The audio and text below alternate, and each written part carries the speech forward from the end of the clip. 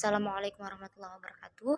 Perkenalkan, saya Khairun Nisa dari Prodi Pendidikan Akuntansi Universitas Negeri Makassar dengan NIM 210902501025. Di dalam video ini saya akan mewawancarai tiga orang pedagang yang berada di sekitar saya mengenai pembauran pemasaran.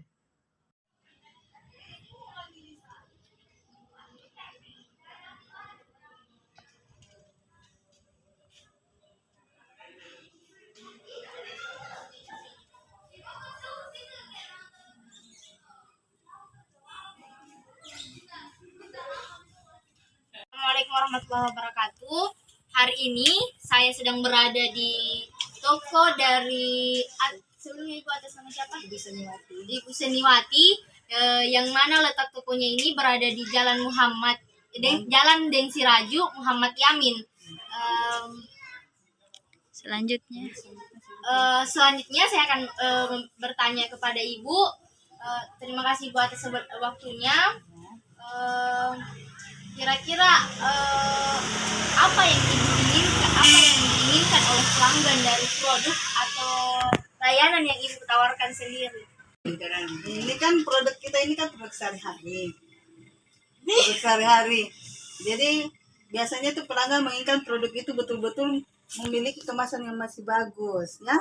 Tidak memiliki cacat, jadi dia bisa menggunakannya sebaik mungkin. Dan produk ini itu ya,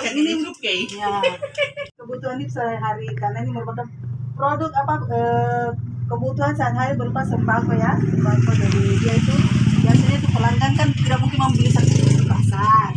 Jadi dengan adanya toko-toko kecil ini dia tidak merasa berburu untuk Seperti itu. ya. Terus apa strategi dari pemasaran produk yang kita pasarkan? Tidak perlu pakai strategi, ya kan? Cuma itu dari bagaimana itu seorang pelanggan bagaimana menikmati pelayanan dari sang penjual, yang terutama itu kita harus ramah kepada sang pelanggan. Terus bagaimana cara membedakan produk yang kita pasarkan dengan pesaing lain? Terus bagaimana dengan harganya sendiri, Ibu? Apa perlu strategi untuk menentukan harga yang baik? Lalu seperti apa strategi yang Ibu gunakan? Kalau kita masalah harga itu kan ini kita beli dari pasar atau toko-toko distributor. Jadi otomatis harga sangat berbeda dengan dari harga pasar, tapi lumayan relatif bisa dijangkau oleh masyarakat untuk membeli kebutuhan pokok di toko-toko ini.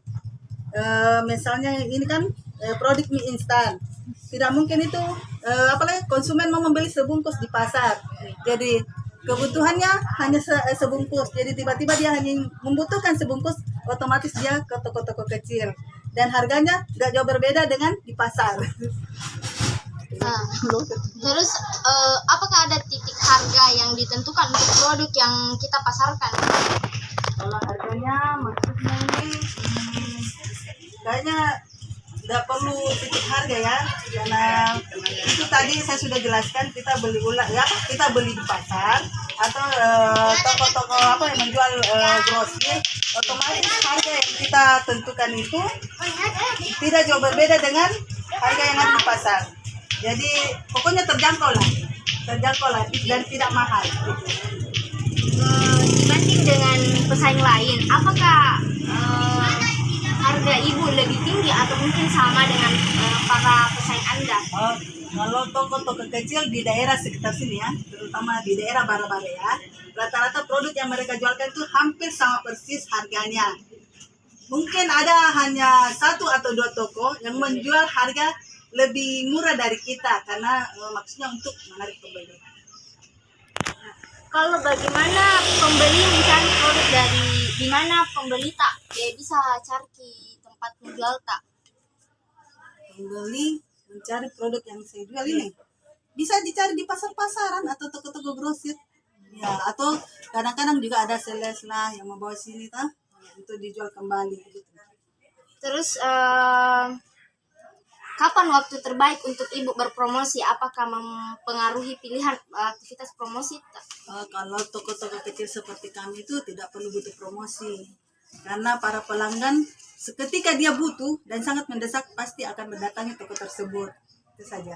Jadi mereka datang sendiri Ya, tanpa tanpa dipromosikan karena kebutuhan sangat mendesak dan tidak mungkin dia langsung mau ke pasar, sedangkan sangat dibutuhkan sekali saat itu juga.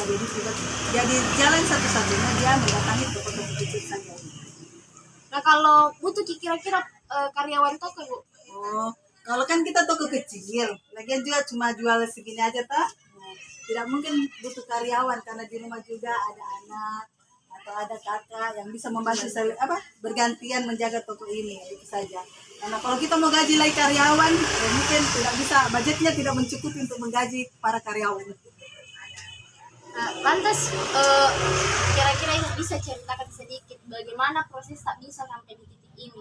Sebetulnya ini toko milik orang tua ya, almarhum orang tua saya. Dia itu dulu tokonya kecil sekali, masih berupa balai-balai ya, bikin balai-balai jual beberapa produk makanan, minuman sekitar tahun 1980-an. Dan sampai sekarang ini ya beginilah hasilnya, diturunkan kepada anaknya untuk dikembangkan lebih berikutnya. Jadi ini juga sudah berubah, gambarnya juga sudah bagus. Dulu kan cuma pakai rak-rak dari bambu atau dari triplex. Jadi hasil turun temurun ya kok dari Iya. keluarga. Terus apakah itu sangat penting untuk menata produk-produk yang kita tawarkan? Butuh desain khusus di dalam setahunnya ini. Kalau menurut saya itu yang perlu diperhatikan itu ya tempat ini, barang-barang kemarin itu harus kelihatan lebih bersih lagi. Terus renovasi tempat menjual ini kan catnya kadang-kadang diganti untuk menarik sang pelanggan datang belanja ke rumah ke toko kita. Ya. Kalau pendapat dari masyarakat sendiri, Bu, untuk memajukan toko itu perlu sekali terus diterima kira-kira kalau ada masukan dari pelanggan tak? Ya, kita harus menerimanya, kan kadang-kadang pelanggan butuh sesuatu yang tidak kita jual, atau mungkin rasa maksudnya harganya mungkin kenapa mahal sekali di situ tidak, jadi kita terima saja. Jadi atau ada produk-produk baru yang mereka beli itu dia sudah gunakan, dia beri saran, Bu jual begini karena lagi laris makanya kita terima saja supaya ya macam-macam produk kita itu bertambah lagi variasinya, kemudian tidak kehilangan pelanggan ya gitu deh. Terus bagaimana cara tak bersaing dengan toko-toko yang lain? Sedangkan di sini bisa kita lihat banyak sekali nih penjual-penjual, Bu. Kan ini kan di sini kan itu toko-toko kecil semua. Rata-rata kan harganya hampir sama semua, paling ya beda-beda tipis sekali. Yang jelas kita tuh menjualnya itu ya secara amanah saja lah. Ya bagaimana kita melayani pembeli, memberikan solusi barang-barang apa yang perlu dan yang tidak perlu kita beli gitu. Pokoknya pelayanan harus baik-baik betul sama ya malah. Dan kan kadang-kadang juga ada pelanggan dia kan ceritanya cuma mau beli ini terus uangnya tidak cukup, kadang ada yang meminjam, kita bisa layani. Ya. Jadi terima jika misal sistem kasbon. Ya kadang gitu. Bagaimana cara tak mengemas barang dagangan tak agar menarik pelanggan tak sendiri, kayak misalnya ini produk tak dikemas sendiri atau ada memang dari ini kan kemasan ini kan semua sudah dari pabriknya kayaknya begini. Jadi cuma kita menjaga bagaimana caranya agar produk ini kemasannya terlihat rapi. Jangan sampai ada yang bisa digigit sama serangga atau binatang-binatang kecilnya macamnya tikus, kecoa. Itu kan bisa merusak produk-produk kita. Jadi kita harus tetap menjaga kebersihan. Ya, kebersihan toko kita supaya produk-produk yang kita jual juga lebih lebih kelihatan lebih bagus. Dan yang terutama perhatikan tanggal kadaluarsanya. Jadi setiap saat kita memajang produk di dalam etalase ini harus diperhatikan tanggal kadaluarsanya supaya pelanggan ada yang membeli barang yang tidak yang sudah ada tanggal kadaluarsanya itu sudah lewat. supaya Ya, tidak lari juga pelanggan. pelanggan tidak lari juga. Ya, tetap oh di sini tuh warnanya bagus nih. Tidak bukan barang-barang kadaluarsa nah jual. Baiklah Ibu, terima kasih banyak atas waktunya. Mungkin itu saja yang perlu saya tanyakan. Terima kasih banyak Ibu atas waktunya. Itulah tadi wawancara saya dengan Ibu Seniwati, penjual di Barabaraya Utara, Jalan Dengsi Raju, Muhammad Yamin Baru.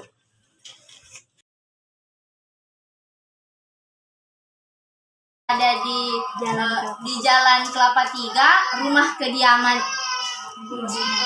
Ibu Rusmiati. Berprofesi sebagai pedagang pakaian.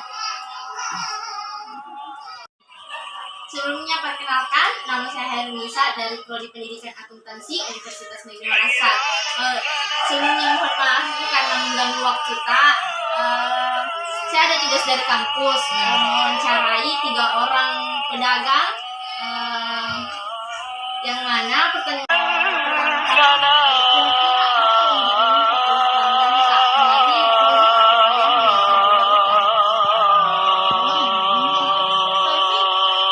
Bukan sehari-hari deh. Misalnya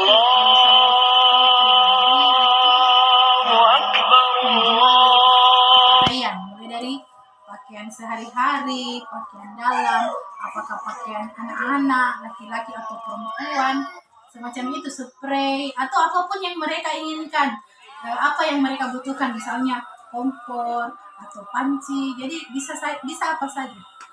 jadi kita siapkan, katanya dulu baru kita disiapkan. Iya, saya bawa contoh barangnya. Nanti kalau dia butuhkan barang yang lain, nanti mereka bilang, oh saya mau barang yang seperti ini. Nanti saya siapkan. Dan mungkin apakah produk ini bisa memenuhi kebutuhan dari pelanggan tak? Insya Allah bisa. Terus apa strategi dari pemasaran produk yang kita pasarkan? Kalau strateginya ya, saya harus bersaing dengan harga di pasaran.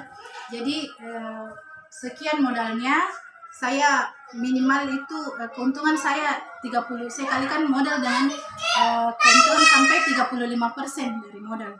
Jadi itu keuntungan saya, keuntungan kotor saya. Nanti saya bisa mereka bayar dengan dicicil ya. Jadi mau di cash mau dicicil sama harganya kalau saya. Jadi bisa mereka bayar hari-hari atau mau minggu atau bulanan juga bisa. Jadi terima ceritanya kasbon, utang kayak begitu. Iya, saya bisa. Untuk harganya sendiri perlu strategi untuk menentukan harga yang baik. Lalu seperti apa strategi yang Ibu gunakan? Saya harus cek dulu harga di pasaran seperti apa. Terus pesaing-pesaing saya, misalnya dia misalnya satu buah baju itu keuntungannya dia berapa, itu saya harus minimal sama atau di bawahnya. Itu saja. Kalau mungkin kan tadi katakan bilang ada sedikit penurunan harga jika pembeli tetap tak tuh Bu? Iya.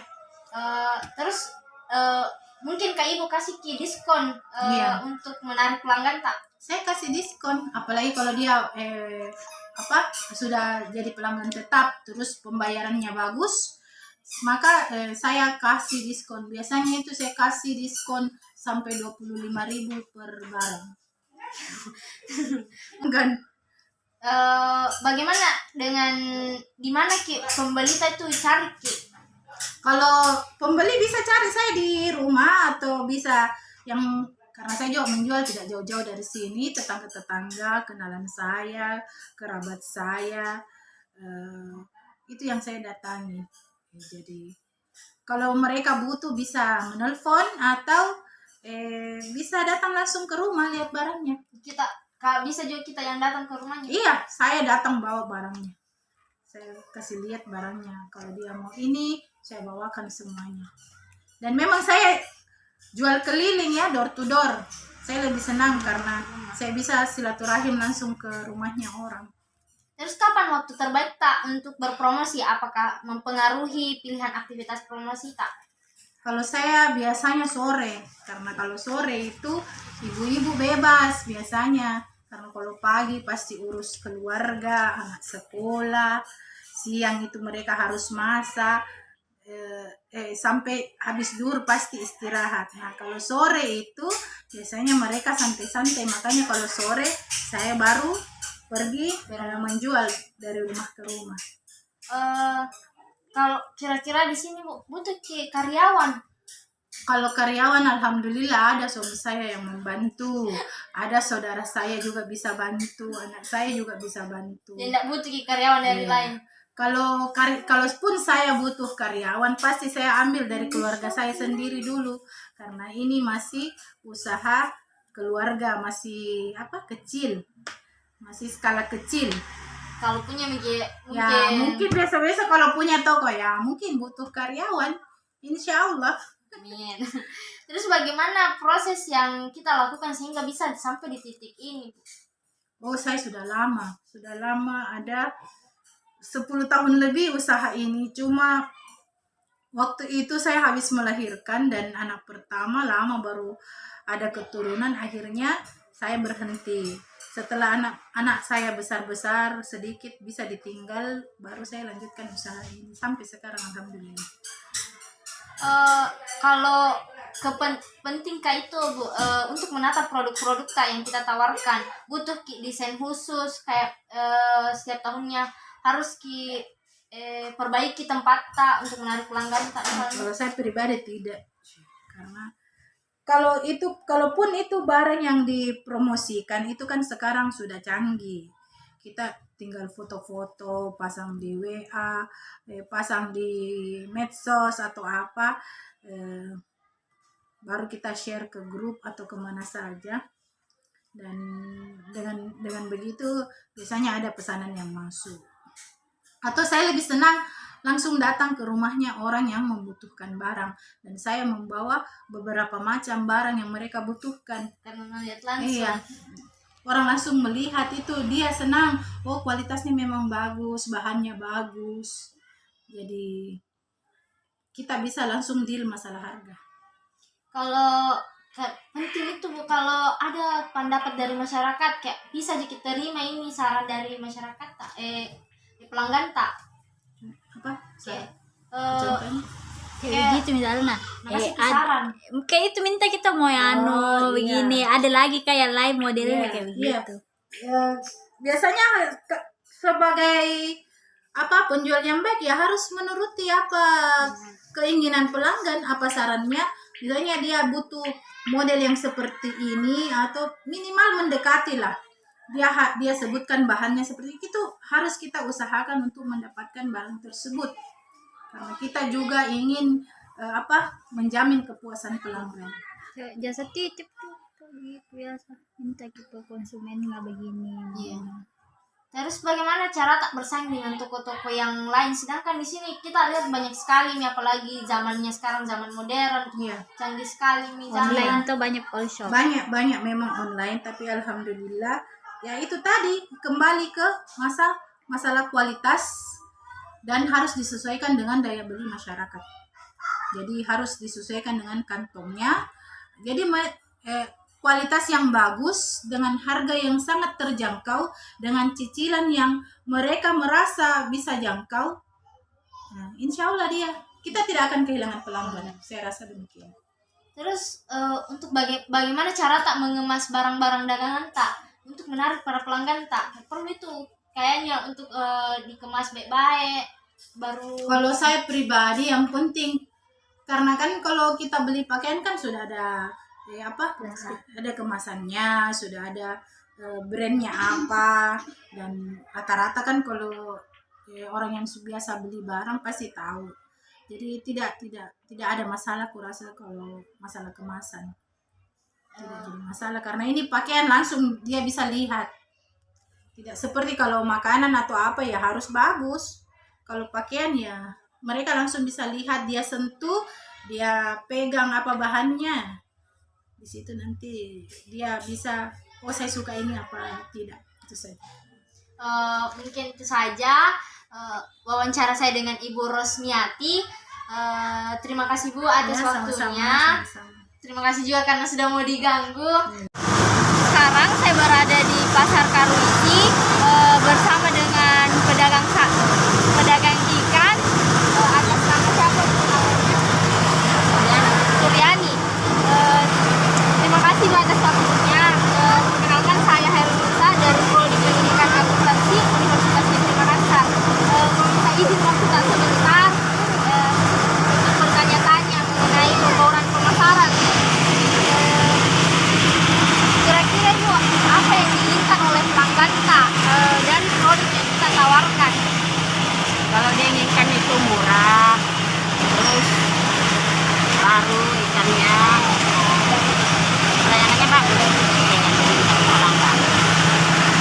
Terus kalau ini kemungkinannya produk tak bisa nih memenuhi kebutuhan sehari-harinya pelanggan tak? Bagaimana strategi pemasaran yang Ibu gunakan di pemasaran? Kalau strateginya itu dilihat dari keadaan. Kalau misalnya murah ikan, banyak ikan ya dikasih murah pelanggan. Kalau lagi ikan nggak ada, ya otomatis naik juga ya harga ikannya.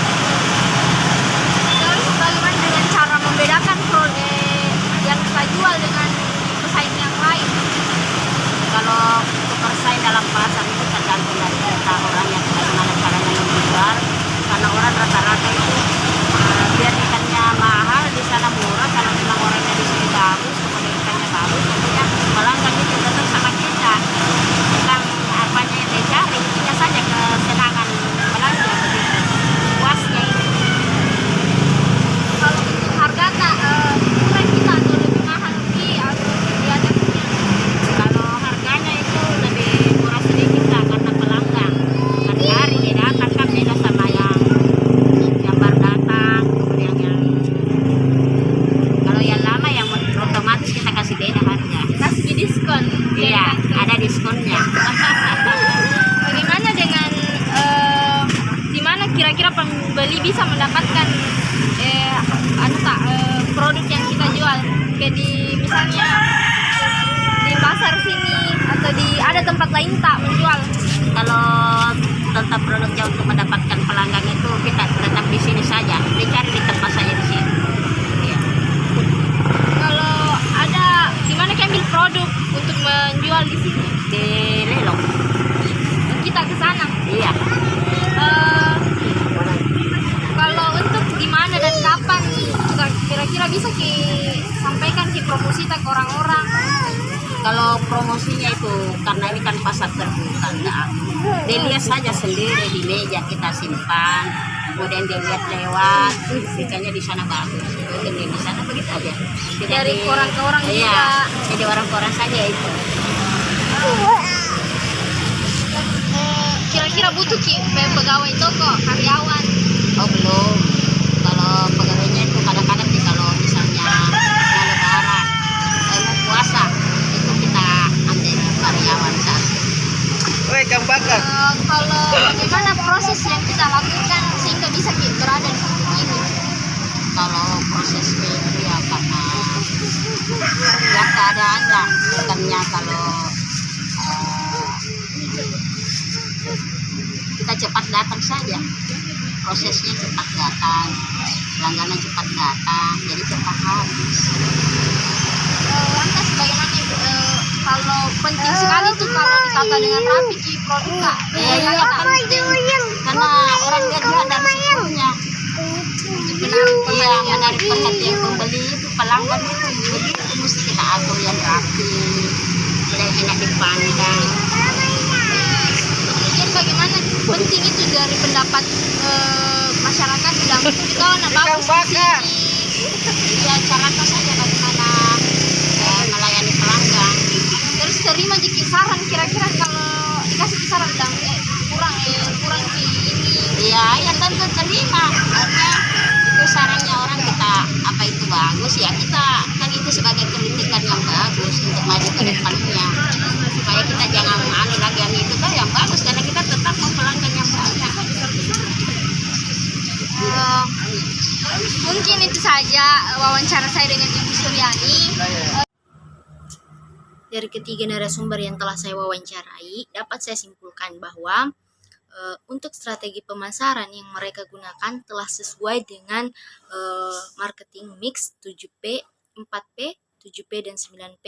Dan semisal saya berada di posisi mereka, di posisi para narasumber saya, tentu saya akan menggunakan strategi pemasaran seperti yang digunakan oleh para narasumber saya, karena tidak menutup kemungkinan dengan memakai strategi pemasaran tersebut pelanggan yang semulanya tidak tertarik untuk berbelanja atau melakukan transaksi jual beli dengan saya bisa saja akan menjadi seorang pelanggan tetap di usaha yang saya lakukan. Selain itu, pedagang, penjual, ataupun pemilik toko yang baik adalah yang mampu memberikan pelayanan yang baik kepada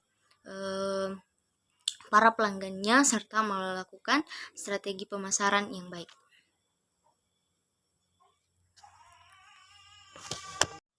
Mungkin itu saja wawancara saya dengan 3 narasumber dan